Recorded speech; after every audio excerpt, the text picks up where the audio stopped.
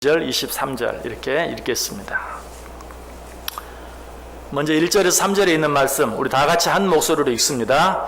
메대 족속 아하수레의 아들 다리오가 갈대아 나라 왕으로 세움을 받던 첫 해 곧 그 통치 원년에 나 다니엘이 책을 통해 여호와께서 말씀으로 선지자 예레미야에게 알려주신 그 연수를 깨달았나니 곧 예루살렘의 황폐함이 70년 만에 그치리라 하신 것이니라. 내가 금식하며 베옷을 입고 죄를 덮어쓰고 주 하나님께 기도하며 간구하기를 결심하고. 아멘. 자, 21절, 22절, 23절 같이 읽습니다. 곧 내가 기도할 때에 이전에 환상 중에 본 그 사람 가브리엘이 빨리 날아서 저녁 제사를 드릴 때 즈음에 내게 이르더니 내게 가르치며 내게 말하여 이르되 다니엘아 내가 이제 내게 지혜와 총명을 주려고 왔느니라. 곧 내가 기도를 시작할 즈음에 명령이 내렸으므로 이제 내게 알리러 왔느니라. 너는 크게 은총을 입은 자라. 그런즉 너는 이 일을 생각하고 그 환상을 깨달을지니라. 아멘. 자, 우리 옆 사람들과 한번 인사하겠습니다. 참 잘 오셨습니다. 큰 은혜 받으시기 바랍니다. 네, 여러분들 정말 잘 오셨습니다. 하나님의 큰 은혜가 여러분 모두 위에 또 한 번 넘치시기를 주님의 이름으로 간절히 축원합니다. 다니엘의 기도에 대해서 생각해 보고 있습니다. 지난 시간에도 같은 본문 가지고 하나님께서 원하시는 진정한 기도, 하나님이 기뻐하시는 진정한 기도, 하나님께서 응답하실 수밖에 없는 기도, 어떤 기도인가? 어떤 기도라고 했죠? 하나님의 말씀에 근거하여 드리는 기도, 하나님의 말씀을 붙잡고 드리는 기도, 하나님의 약속에 의지하여 드리는 기도, 이런 기도는 하나님이 반드시 들으신다. 그래서 다니엘이 성경을 읽다가 이스라엘 백성들이 이제 포로에서 해방될 날이 얼마 남지 않았다는 사실을 깨닫고 그 말씀 붙잡고 하나님께 기도했을 때 하나님께서는 그 기도가 시작될 즈음에, 아니 그 기도가 채 끝나기도 전에 천사 가브리엘을 통해서 그 기도에 응답해 주시는 모습을 생각해 보았어요. 자, 그런데 오늘 또 한 가지 이 다니엘을 통해서 배울 수 있는 중요한 기도의 모습이 있어요. 다니엘이 말씀을 통해서 이스라엘 백성들이 해방될 때가 가까워진 것을 알고 그 말씀 붙잡고 하나님께 기도하기를 시작했는데 어떻게 기도하기를 시작했는가 하는 것이 3절 말씀 다시 보세요. 내가 금식하며 베옷을 입고 죄를 덮어쓰고 주 하나님께 기도하며 간구하기를 결심하고. 자, 제일 먼저 어떻게 기도하기로 결심합니까? 금식하며 기도하기로 작정하고 또 그 기도를 시작하는 것을 보게 됩니다. 여러분, 금식 기도에 대해서 어떻게 생각하십니까? 먼저 결론적으로 여러분에게 말씀을 드린다면 금식 기도는 하나님께서 기뻐하시는 지극히 성경적인 기도 방법이에요. 그 사실을 우리가 어떻게 잘 알 수 있죠? 예수님께서도 공생애를 앞두시고 40일 동안이나 금식하며 기도하셨어요. 여러분 가운데 혹 금식 기도에 대해서 부정적인 생각이나 부정적인 어떤 견해를 갖고 계시는 분이 있습니까? 먼저 금식 기도는 지극히 성경적이고 금식 기도는 우리 하나님이 기뻐하시는 기도다 하는 것을 꼭 기억하시기 바랍니다. 그럼에도 불구하고 금식 기도에 대해서 왜 우리가 부정적인 생각을 하게 될까? 솔직하게 저에게도 그런 생각이, 그런 마음이 없지 않아 있어요. 저는 사실 금식 기도에 대해서는 말할 자격이 없어요. 저는 금식 기도를 제일 많이 한 게 한 주간 해보았어요. 제가 제일 많이 한 거예요. 대학교 4학년 때였어요. 앞으로 내가 목사가 돼야 될 것인가 말아야 될 것인가. 저희 부모들은 저보고 목사가 되라고 늘 얘기했어요. 그러면 꾸준히 목사가 되라고 해야 될 텐데 대학교 4학년 졸업할 때가 되니까요, 네가 알아서 해라 그러더라고요. 얼마나 고민이 되는지. 저는 당연히 돼야 되는 줄 알고 그렇게 왔거든요. 고민도 안 했고. 근데 이제 네가 알아서 해라 그러는 거예요. 갑자기 고민이 되어 기도하지 않을 수가 없었어요. 그래서 그때 한번 그렇게 기도를 했어요. 다행히 참 정말 이 길이 하나님이 내게 주신 길이요, 내가 다른 길을 선택할 수 없다는 확신을 얻었던 거, 얼마나 감사한 일인지 몰라요. 그리고 나서 또 한번 3일 금식 기도한 적이 있어요. 목사 임직을 받기 전에 그렇게 했어요. 그리고 나서는 죄송하지만 정작 목사가 되고 나서는 하루 이상 금식해 본 적이 없는 것 같아요. 하루씩은 여러 번 했는데 그 이상을 못 해봤어요. 그런데 저의 아내도 그 나름대로 금식에 대한 그런 어떤 부정적인 생각이 없지 않아 있어요. 왜 그런 생각이 들었을까? 제가 분명히 말씀드린 것처럼 금식 기도는 정말 중요한 기도고 하나님이 기뻐하시는 기도고 성경적인 기도인데 왜 내 안에 그런 생각이 나도 모르게 생기게 되었을까? 그 중요한 이유는 금식하며 기도하는 사람들이 너무 티를 내기 때문에 그래요. 그런 것들을 많이 보았어요. 그런 것들을 보면서 금식 기도에 대한 그런 부정적인 생각이 제 안에도 조금 생겨진 것 같아요. 여러분 꼭 기억해야 될 것은 금식 기도하면서는 절대로 티를 내면 안 돼요.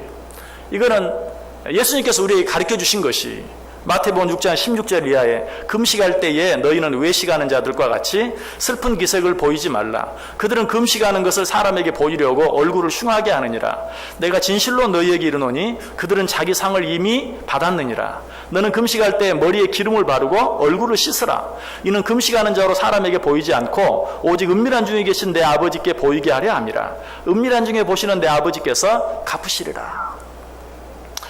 금식 할 때는 절대로 얼굴에 슬픈 기색을 띠지 말아라. 그리고 막 부시시해가지고 금식하는 티를 내지 말아라. 오히려 금식할 때는 머리에 기름을 바르고 얼굴을 깨끗이 단정하게 씻어라. 그래서 사람들이 네가 금식하는 것을 전혀 눈치채지 못하게 하라. 오직 하나님만 알게 하라 라고 이야기하고 있어요. 자, 먼저 이 사실을 통해서도 금식 기도는 하나님께서 원하시는 것이다, 원치 않는 것이다? 원하시는 것이다. 그러니까 지금 금식 기도를 이렇게 해라라고 말씀해 주시는 것이죠. 이 사실을 통해서 금식 기도에서 부정적으로 생각하지 마시고 금식 기도는 하나님이 원하시는 것이다. 그리고 방금 읽어드린 그 말씀 마태복음 6장 16절 이하에 있는 말씀은 예수님께서 주기도문을 가르쳐 주시고 난 직후에 주신 말씀이에요. 그러니까 너희는 이렇게 기도하라 라고 첫 번째로 주기도문을 가르쳐 주시고 그리고 나서는 금식 기도에 대해서 가르쳐 주시는 것이. 여러분 금식 기도가 얼마나 귀합니까? 금식 기도가 얼마나 중요합니까? 그 사실 우리가 알 수 있죠. 그런데 금식 기도를 해라 라고는 말하지 않았어요. 왜? 금식 기도가 중요하다는 사실을 다 알고 있으니까.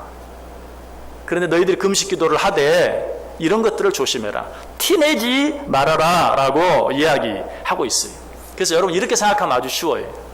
여러분이 금식 기도를 할 때 여러분이 금식 기도를 한다는 사실을 누가 눈치챘다면 그 기도는 이미 잘못된 기도일 가능성이 크다는 것이, 하나님이 기뻐 받으실 수 없는 기도일 가능성이 크다는 것이. 여러분 가운데 그런 분은 없겠지만 할 수 없이 이렇게 또 나타나는 경우도 있는데 그렇지 않은 일부러 드러내는. 어제도 결혼식이 있었는데 예를 들면 결혼식 이제 가서 식사 시간이 됐는데 금식하면 식사 시간에 가질 말든지 그 예배 결혼식만 참여하고 얼른 집으로 오든지 꼭 그 자리에 가가지고 아유 저는 금식해서요 이렇게 티를 내는. 그리고 또 금식하면서 그냥 또 이렇게 또 물병을 일부러 꼭 가지고 다니면서 아유 제가 금식을 하니까 등등 여러 가지 이유를 얘기하면서 이러지 말라는 거예요.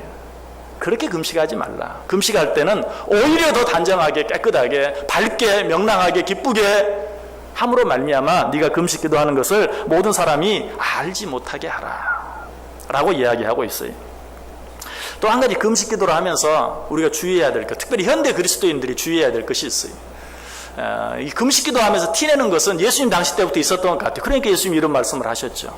그런데 예수님이 하시지 않은 말씀, 현대 그리스도인들이 금식하면서 잘못하는 것 한 가지가 또 있어요.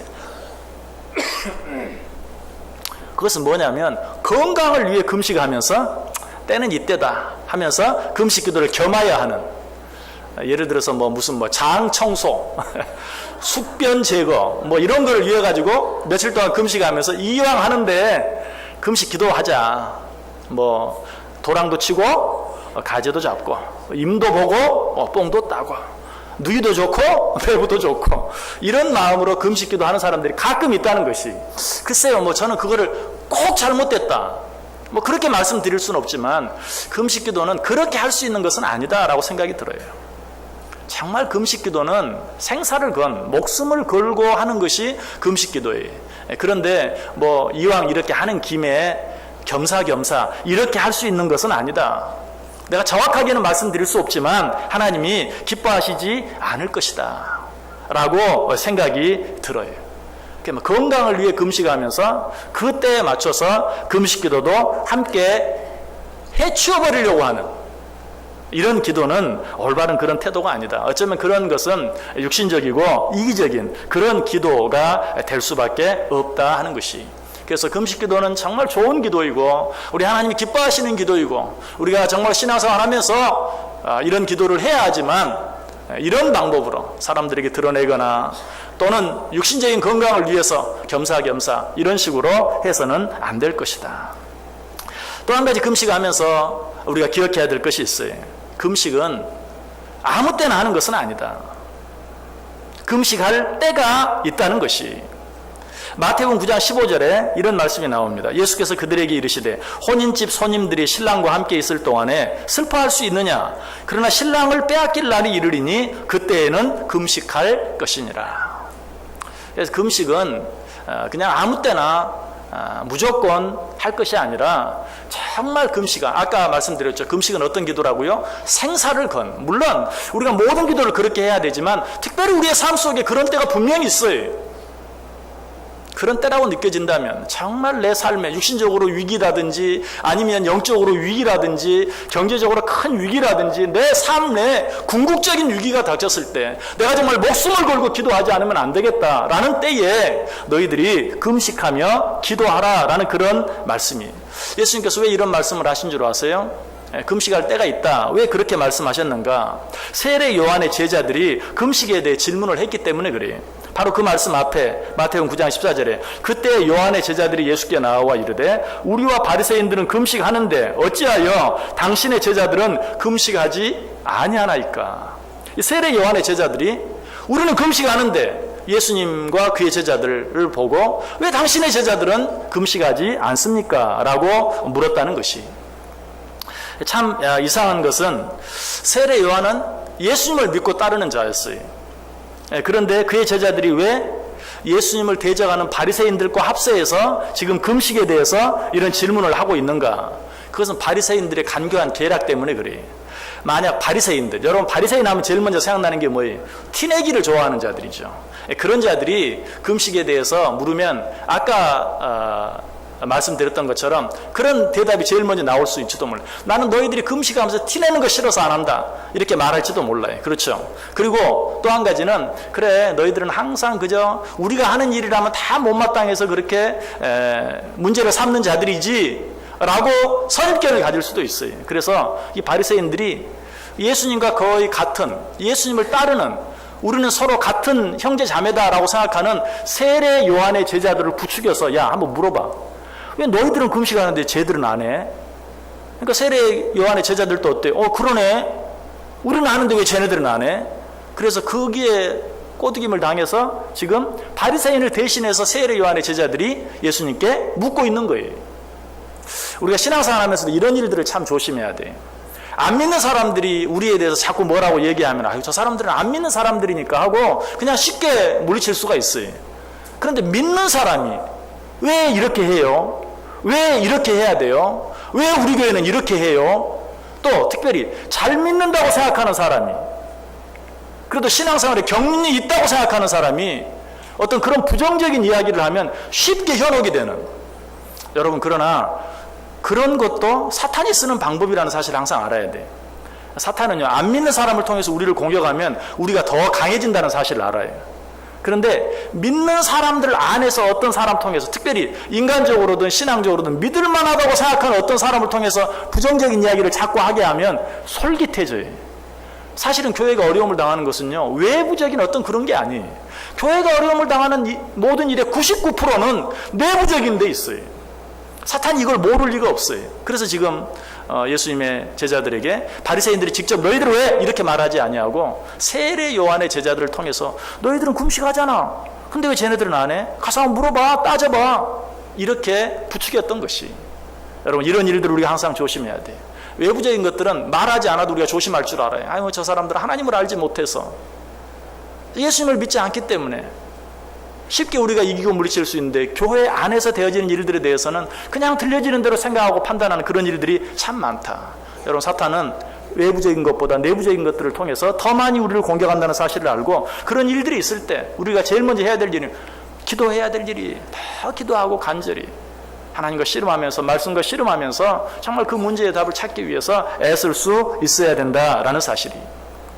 자, 그런데 어쨌든 이 세례 요한의 질문에 대해서 예수님께서 뭐라고 대답하셨어요? 예수께서 그들에게 이르시되 혼인집 손님들이 신랑과 함께 있을 동안에 슬퍼할 수 있느냐? 그러나 신랑을 빼앗길 날이 이르리니 그때에는 금식할 것이니라. 금식할 때가 있다. 지금 예수님 말이에요.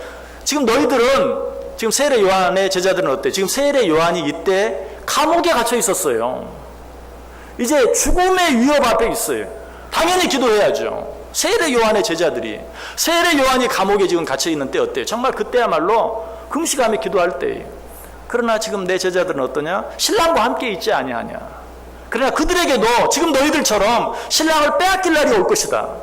예수님이 십자가에 달려 죽음을 당할 그때가 올 것이다. 그때는 그들도 금식할 것이다. 무슨 말이? 금식해야 할 때가 있다.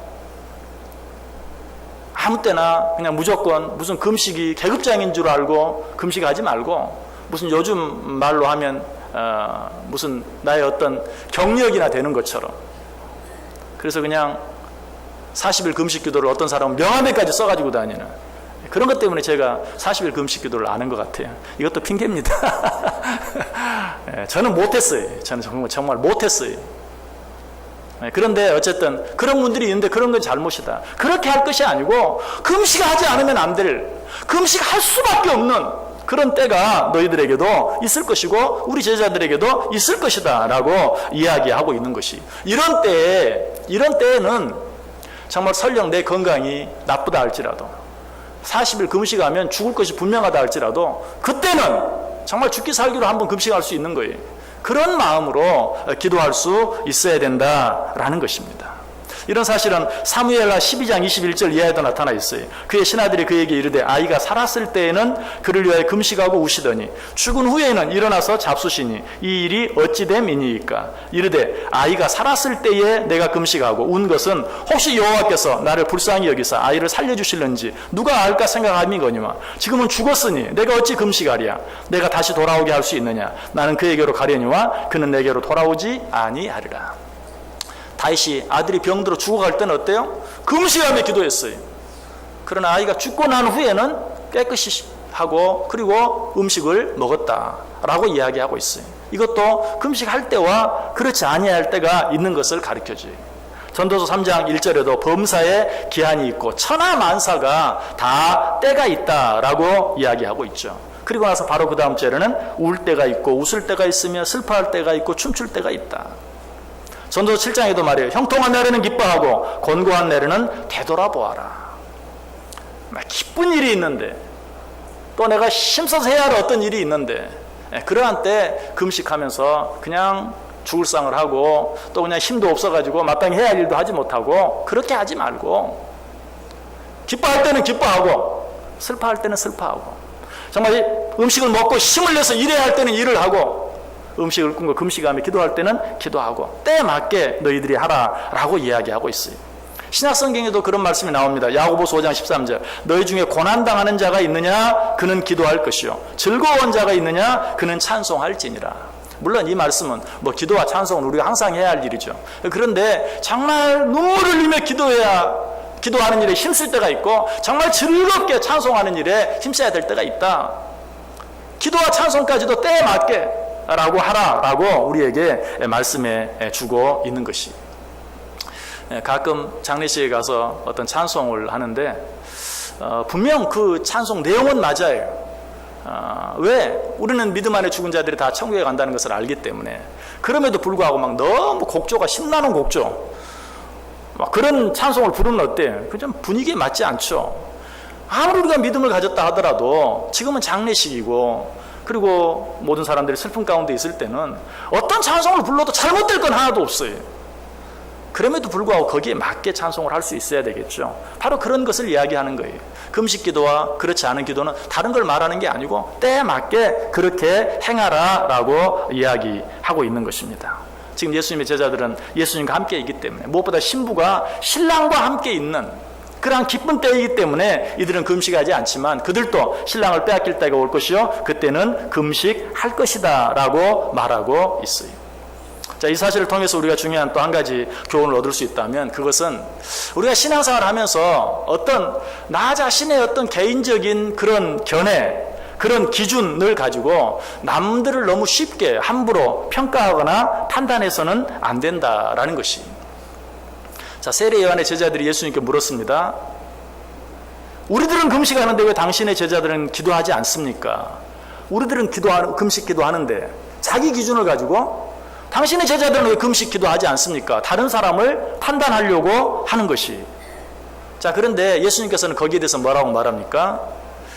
지금 우리 제자들은, 내 제자들은 신랑과 함께 있기 때문에 기도하지 않는다. 그러나 그들에게도 신랑을 빼앗길 때가 올 것이요 그때는 금식할 것이다. 그러면서 너희 스승이 세례 요한이 지금 감옥에 있지 않느냐, 그러니까 기도하는 것은 당연하다, 이렇게 말씀하지 않았다는 거예요. 그거는 지금 제가 여러분에게 설명을 드리는 것이고, 그래서 우리가 항상 말할 때 그래요. 내 형편, 내 사정, 내 기준을 이야기하면 돼요. 아, 저는 이러해서 이렇게 합니다. 그 다음에 그런데 당신은 왜? 이렇게 말하지 말아요. 자기 기준을 나는 이래서 이렇게 합니다 라고 말하면 되는 거예요. 자, 어떤 두 며느리가 있었어요. 이제 어머니를 모시는 일 때문에 논쟁이 되었습니다. 큰 며느리가 말합니다. 나는 직장에 다니기 때문에 어머니를 모실 수 없어. 그러니까 자네가 어머니를 모셔. 근데 둘째 며느리는 말합니다. 나는 아직 아이가 어려서 어머니를 모실 수 없습니다. 그러니까 형님이 모십시오 라고 얘기했어요. 자, 답이 나왔겠어요? 안 나왔겠어요? 답이 안 나왔죠. 싸움만 더 커지죠. 여러분, 그때도 이야기할 때 나는 직장을 다니니까 동서가 어머니 모셔 라고 말할 것이 아니고, 또 나는 아이가 어리니까 형님이 어머니 모시세요 이렇게 말할 것이 아니라 자기 형편만 이야기하면 돼. 나는 직장을 다니기 때문에 어머니를 모시기가 어렵네. 또 동서는 나는 아직 아이가 어려서 어머니를 모시기가 어렵습니다. 그러면 어떻게 할까? 그 다음 얘기가 나오는 거예요. 그런데 나는 직장을 다니니까 자네가 모셔. 나는 아직 아이가 어리니까 형님이 모셔요. 이렇게 말하면 답이 안 나오고 싸움만 되는 거예요. 자기 이야기만 하고 그 다음은 의논하면 되는 거예요. 당신 형편이 나보다 나으니까 당신이 해. 이렇게 말하면 안 된다는 거예요. 오늘 예수님께서도 너무나 분명한 그런 답을 주실 수도 있지만, 그러나 지금 내 제자들은 신랑과 함께 있으니까 금식하지 않는다. 신랑을 빼앗길 때가 오면 그때는 할 것이다. 거기서 끝났어요. 우리가 늘 삶을 살아가면서 또 신앙생활을 하면서 그렇게 하는 것이 중요해요. 내 기준을 가지고 내 잣대를 가지고 다른 사람을 평가하는 그런 일, 또 다른 사람도 다 나처럼 하라고 따라오라고 하는 일, 그런 일들도 잘못되었다는 사실이. 오늘 금식에 대해서 특별히 우리가 그래요. 혹시 여러분 가운데 금식을 많이 하신 분 계십니까? 아까 제가 한 이야기를 들으면서 아이고, 목사가 지금까지 뭐 7일 한 주간 금식하는 거 딱 한 번 해보고 3일 금식하는 거 딱 한 번 하고 목사가 되고 나서는 뭐 그나마도 안 하고 하루씩밖에 못했어? 그렇게 생각하는 분 계십니까? 그렇게 하지 말라는 거예요. 그렇게 하지 말라는 거예요. 내 기준을 가지고 다른 사람에게 적용하지 말라라고 이야기하고 있습니다. 자, 또 한 가지 금식에 대해서 우리가 꼭 알아야 될 것이 있어요. 이것은 자칫하면 오해하기도 쉬운데, 금식은 아무나 하는 것이 아니다. 여러분, 이렇게 얘기하면 상처받을 수도 있겠죠. 그러나 아까 말씀드린 저도 그렇게 많이 못했으니까 이해하고 들으세요. 금식은 아무나 하는 것이 아니다. 마태복음 9장 16, 17절, 이거 지금 세례 요한의 제자들이 예수님께 질문했을 때 우리들은 금식하는데 왜 당신의 제자들은 금식하지 않습니까? 그러니까 예수님이 대답합니다. 마태복음 9장 15절에 14절에서 그렇게 질문하니까 15절에서 지금 내 제자들은 신랑과 함께 있으니까 안 하는 것이고 신랑을 빼앗길 때 그때는 할 것이다. 그리고 바로 그 다음 절에 16절부터 생배 조각을 낡은 옷에 붙이는 자가 없나니 이는 기운 것이 그 옷을 당기어 헤어짐이 더하게 되며 새 포도주를 낡은 가죽 부대에 넣지 아니하나니 그렇게 되면 부대가 터져 포도주도 쏟아지고 부대도 버리게 됨이라. 새 포도주는 새 부대에 넣어야 둘이 다 보존되느니라. 새 포도주는 새 부대, 오래된 포도주는 낡은 부대에 넣어야 한다. 이 말은 무슨 말입니까? 정말 금식기도 할 만한 사람들이, 아까 제가 지금까지 얘기한 이 모든 것들을 잘 알고 있는 그런 사람. 그러니까 금식하면서도 혹시라도 누가 알까봐 정말 조심하고 또 조심할 수 있는 사람. 이런 사람이 금식할 수 있는 것이지, 금식하면서 티내는 사람은 아직 금식할 때가 안 된 것이다 라는 그런 이야기. 자기의 어떤 그런 신앙의 분수에 맞게 금식하라, 세부대, 이를 엄밀히 좀 쉽게 이야기하면 꼭 그런 의미는 아니지만, 초신자는 초신자에 맞게, 또 오래된 신자는 오래된 신자에 맞게, 자기 믿음에 맞게 이런 일들도 행할 수 있어야 된다. 사실 지금 세례 요한의 제자들과 예수님의 제자들 사이에 언쟁이 있을 때에 예수님이 지금 이 말씀을 하신 것이거든요. 엄밀하게 말하면 세례 요한의 제자들은 예수님의 제자들보다 훨씬 신앙의 연륜이 높은 자들이에요.